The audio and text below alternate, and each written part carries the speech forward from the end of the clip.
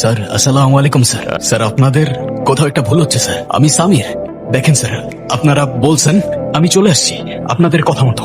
এখন আমার মেয়েটারে ছেড়ে দেন না স্যার, আমরা চলে যাই। ও খুব ভয় পাচ্ছে স্যার। সামির, শিকাশ রুদ্র, ওই চোখের আগুন তুই কি ছাই দিয়ে চাপা দিতে পারবি? স্বীকার কর তুই রুদ্র।